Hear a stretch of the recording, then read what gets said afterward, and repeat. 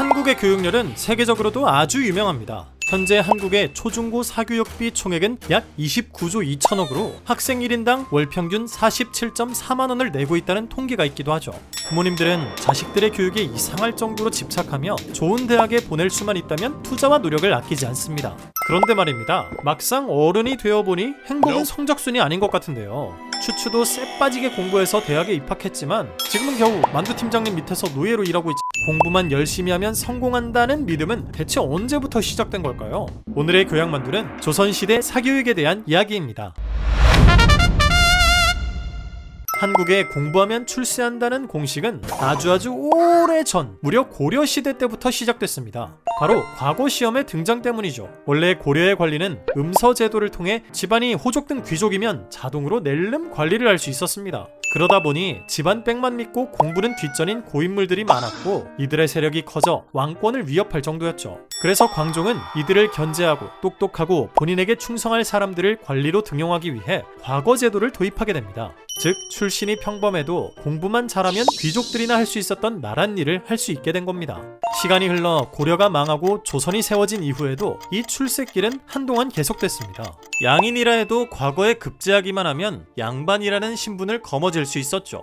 조선 초기에는 양반이 아닌 양인 계급의 과거 급제 비율이 40-50%에 육박한다는 통계가 있는데요. 이를 통해 조선 초기에는 과거제를 통해 얼마든지 신분 상승의 기회가 있는 세상이었을 거라고 추측하기도 하죠. 자, 이렇게 힘들게 과거에 급제했다면 그 가문은 이제 양반으로 평생 잘 먹고 잘 살 수 있을까요? 땡! 양반 신분의 비밀이 하나 더 있습니다. 사실 양반 신분은 주기적으로 업데이트를 해줘야 하는 갱신형이었다는 거. 조선시대엔 4대 무현관이라는 관행이 있었는데요. 이건 양반의 3대가 과거의 급제에 관직에 오르지 못하면 4대 손부터는 양반 취급을 못 받는다는 뜻입니다. 양반의 수가 무한 증식하는 걸 방지하고 똑똑한 지배층을 계속 유지하기 위한 수단이었죠. 오로지 지능캐만이 권력을 잡을 수 있는 세상이었던 겁니다. 시간이 흐르며 양반 신분도 점차 핏줄 중심으로 바뀌었지만 만약 양반가에서 과거에 합격하는 인재를 내지 못하면 퇴물 취급을 받았는데요. 무시당하는 건 기본이고 심지어 몰락 양반의 길을 걷는 경우도 많았습니다. 그러다 보니 너나 할 것 없이 과거 시험에 집착하게 되었고 자연스럽게 교육열이 높아질 수밖에 없었죠. 스카이캐슬은 그냥 DNA에 새겨진 본능이었구나. 과거 합격이 곧 인생 목표인 조선 세계관, 당연히 사교육에도 혈안이 되어 있었는데요. 먼저 부잣집 명문가라면 돈을 발라 1:1 과외 선생님을 집으로 들일 수 있었습니다. 이들을 숙사라고 불렀는데 지금의 과외 선생님과는 달리 집에서 함께 먹고 자고 같이 살면서 공부를 봐주는 입주 가정교사에 가까웠습니다. 보통 돈도 없고 집도 없는 선비들이 입에 풀칠이라도 하기 위해 많이 뛰던 직업이었죠. 숙사들은 학자라서 인정받기보단 거의 손님 취급을 받으며 정당하게 대우받지 못하는 경우가 많았습니다. 그도 그럴 게 이들은 학자라기보단 학생을 밀착 감시해주는 감독쌤에 가까웠기 때문입니다. 보통 어린아이들 글공부를 담당했는데 돈 많은 양반과 도련님들이 건방지게 굴어도 크게 혼내거나 매를 들 수가 없어 고생 꽤나 했다고. 1:1 과외는 부담스럽다면 서당이나 서원 같은 사교육의 힘을 빌리는 방법도 있었는데요. 조선 후기엔 메가스터디나 시대인재 같은 전문 입시학원들도 등장했습니다. 인조 시절 문인 맹세영이 평양에 차린 입시학원이 그렇게 유명했다고 합니다. 맹세영은 과거 시험 차석 출신의 학자로 암기 위주의 커리큘럼을 내세워 학생들을 가르쳤습니다. 그런데 이 커리큘럼이 워낙 짱짱하다 보니 제자들의 과거 합격률이 대박을 나버립니다. 그렇게 맹쌤네 커리만 타면 줄줄이 합격이래 라는 소문을 듣고 아주 인기절정 학원이 되죠.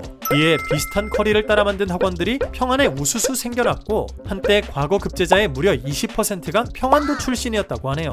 평안을 맹세형이 꽉 잡고 있었다면 한양 성균관 근처에도 선비들이 줄을 서는 대형 학원이 있었습니다. 그런데 이 서당의 원장 정학수는 무려 선민 출신이었습니다. 그는 원래 성균관대에 청소 일을 하는 천민이었는데 어깨 너머 지식을 모아 서당을 열게 된 거였죠. 하지만 실력 하나만은 반박 불가였기 때문에 입소문으로 무려 100명 정도가 다니는 거대 서당이 됩니다. 강의실도 작은 문간방 수준이 아니라 커다란 강당에서 수업을 했으며 수업의 시작과 끝을 알리는 작은 종도 사용했다는 기록이 있습니다. 그는 평생 한양 최고의 일타 강사로 이름을 날리며 살았다고 하죠. 강사라면 역시 잘 가르치면 장땡이구나. 조선의 사교육하면 서원을 빼놓을 수 없는데요.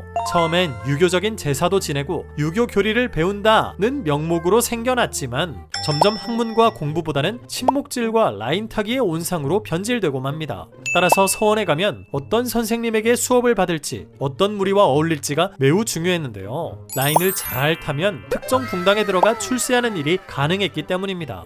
결국 서원은 적폐의 상징이 되어 나중에 흥선대원군에게 서원 철폐를 처맞고 역사 속으로 사라지고 말죠. 이런 끔찍한 K교육 세계관에서 당연히 조선의 부모님들도 스카이캐슬 뺨치게 극성맞은 학부모로 진화합니다. 현대와 비슷하게 조선에서도 한 살이라도 어릴 때 한 글자라도 더 가르치려는 조기교육 문화가 지배적이었죠.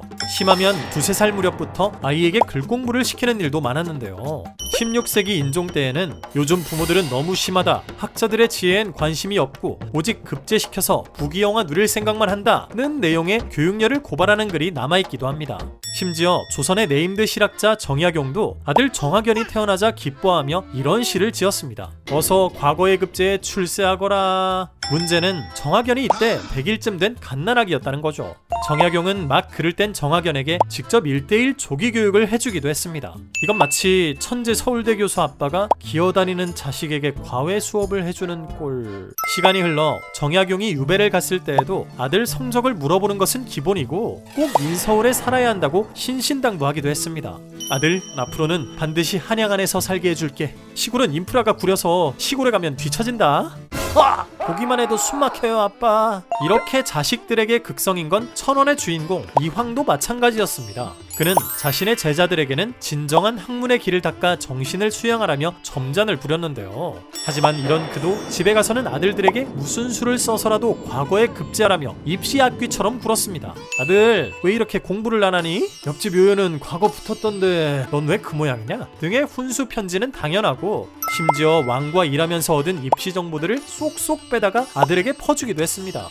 여기엔 과거 시험 일정은 물론이고 최신 출제 경향, 최근 사회 이슈, 임금님 관심사, 심지어 출제 예상 문제까지 아주 알짜배기 정보들이 들어있었죠. 아니 이거 완전 입시 비리 아니에요? 이왕씨 요즘 세상에 이러셨으면 뉴스에 데뷔하셨을 듯?